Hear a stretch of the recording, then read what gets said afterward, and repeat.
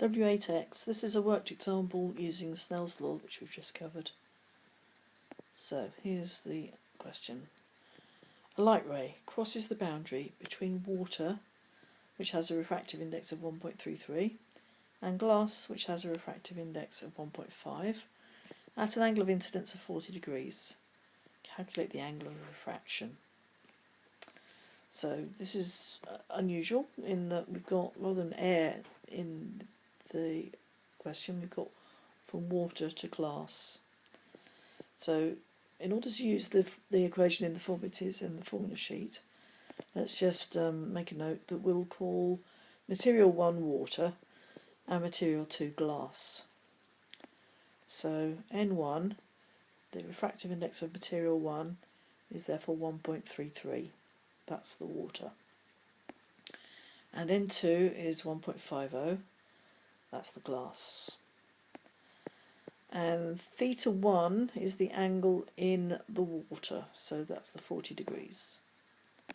So we'll write out the equation as it is on the formula sheet.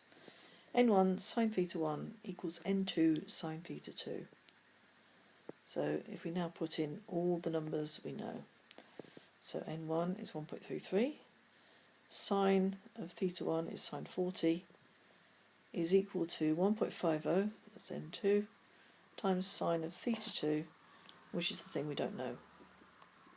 So if we rearrange that to get sine theta 2 as the subject, we have 1.33 sine 40 over 1.50, and that comes to 0.57. So sine theta 2, that's the angle in the glass, the angle of refraction, is 0.57.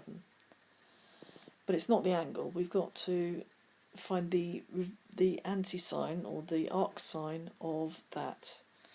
So the way you write that is theta 2 is arc sign, or you can think of it as anti-sign. It means theta 2 is the angle whose sign is 0.57.